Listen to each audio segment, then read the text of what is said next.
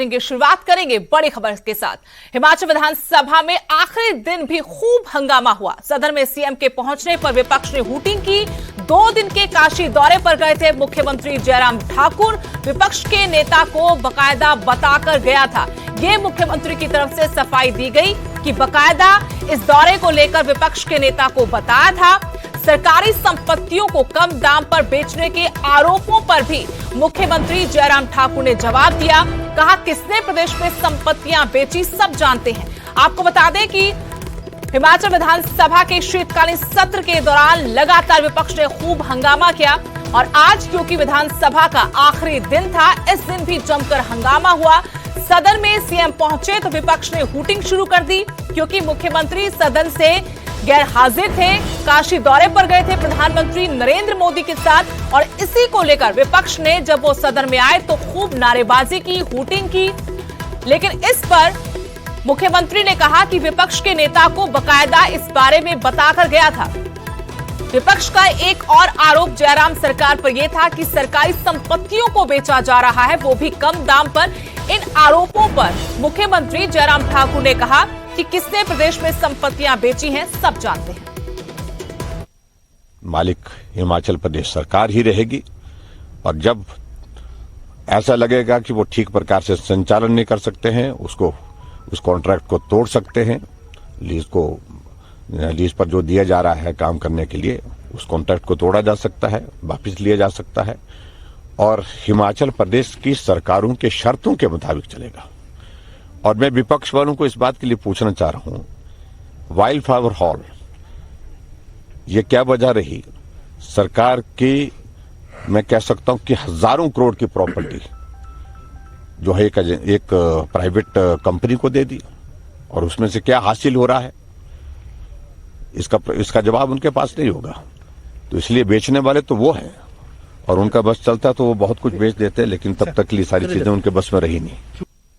अगली बड़ी खबर हरियाणा से, जहां कांग्रेस ने हरियाणा सरकार पर हमला बोला। कुमारी सैलजा और रणदीप सुरजेवाला ने प्रेस कॉन्फ्रेंस की। कहा बीजेपी जेजेपी सरकार घोटालों की सरकार है, भर्ती में हर तरीके से घोटाला हुआ। ये आरोप लगाया गया हरियाणा कांग्रेस अध्यक्ष कुमारी सैलजा की तरफ से कि भर्ती में हर तरीके से घोटाला हुआ। फिर उन पर पर्दा डालने का काम भी हुआ। अपराधियों को पकड़ने की बजाय एयरलिफ्ट करने का आरोप रणदीप सिंह सुरजेवाला की तरफ से लगाया गया। उन्होंने कहा कि अपराधियों को पकड़ने की बजाय सरकार उनको एयरलिफ्ट कर रही है।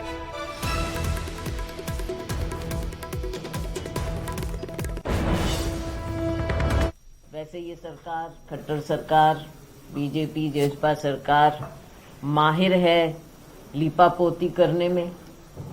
जब से इनकी सरकार बनी है 7 साल से आप देख रहे हैं और खासतौर से पिछले 2 साल से घोटाले पर घोटाले सामने आ रहे हैं, उनका पर्दाफाश हो रहा है।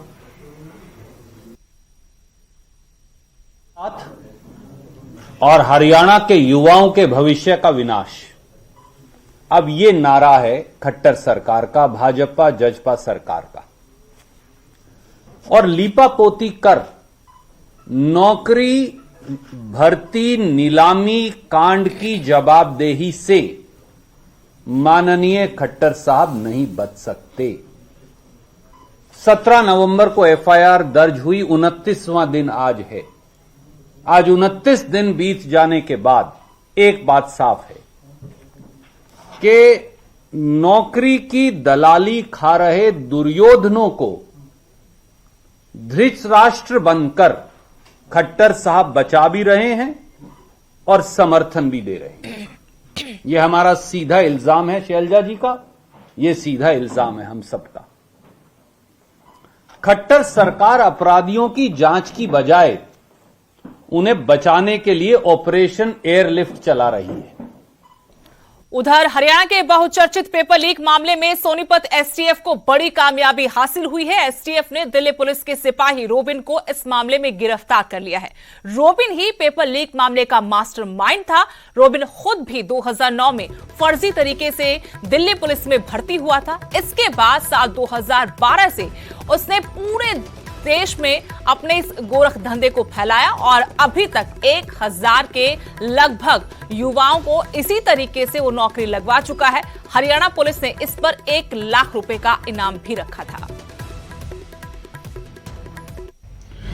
इसमें हमने कल एक इंफॉर्मेशन पे रॉबिन, जो कि दिल्ली पुलिस का मुलाजिम है और शामली गांव का यहीं का रहने वाला है, जिसपे 1 लाख का इनाम था, उसको कल हमने अरेस्ट किया है और जिसने काफी पेपर्स करा रखे हैं, अपनी बहुत सारी लैब्स हैं, जो कि 2012-13 से ये काम कर रहा है।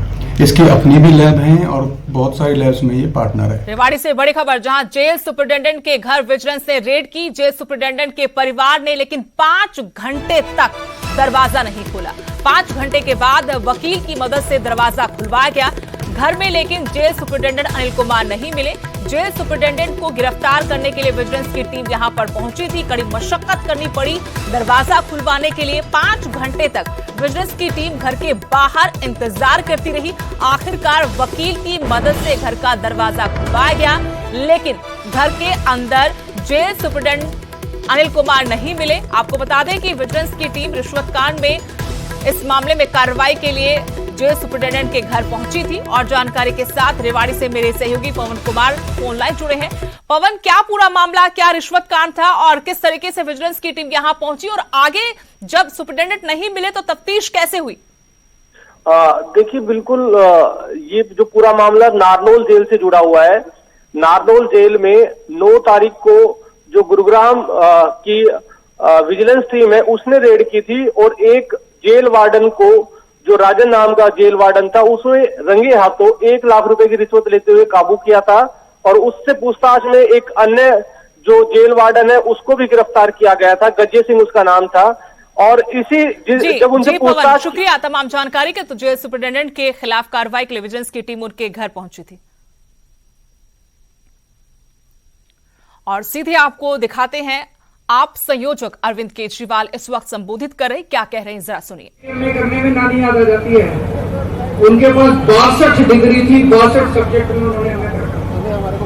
उन्होंने 2 लंदन से और उधर अमेरिका से 2 जगह से उन्होंने पीएचडी करी थी। आज की डेट में भी एक बार विदेश से एक बार पीएचडी करने में नानी याद आ जाती है और इतने गरीब घर के थे। उन्होंने सबसे ज्यादा तवज्जो दी थी शिक्षा को। आज आम आदमी पार्टी अकेली पार्टी है पूरे देश में जो स्कूलों पे और शिक्षा पे काम कर रही है। बाबा साहब का सपना था कि भारत के हर बच्चे को अच्छी शिक्षा मिलनी चाहिए, लेकिन आज 70 साल बाद भी बाबा साहब का सपना पूरा नहीं हुआ। हम बाबा साहब का सपना पूरा करेंगे। हमने कसम खाई है कि बाबा साहब का यह अधूरा सपना हम पूरा करेंगे। आज जलंधर में आए हैं तो जलंधर के लोगों को 2 गारंटी देके जा रहे हैं। एक, जलंधर में स्पोर्ट्स इंडस्ट्री है। सबसे ज्यादा अगर पूरे देश में कोई क्रिकेट खेलता है तो उसको हॉकी, क्रिकेट, तो उसको जलंधर का बना हुआ सामान इस्तेमाल करना पड़ता है।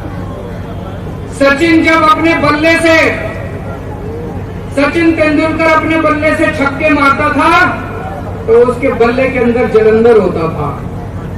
हमारी हॉकी टीम जब ओलंपिक में मेडल लेके आती है तो उनकी बॉल के अंदर और उनके बल्ले के अंदर जलंधर होता है। हर चीज के अंदर, पूरे देश के अंदर जहां भी खेल खेला जाता है जलंधर होता है। तो दोस्तों, आम आदमी पार्टी की सरकार बनेगी, देश की सबसे बड़ी स्पोर्ट्स यूनिवर्सिटी जलंधर के अंदर बनाएंगे।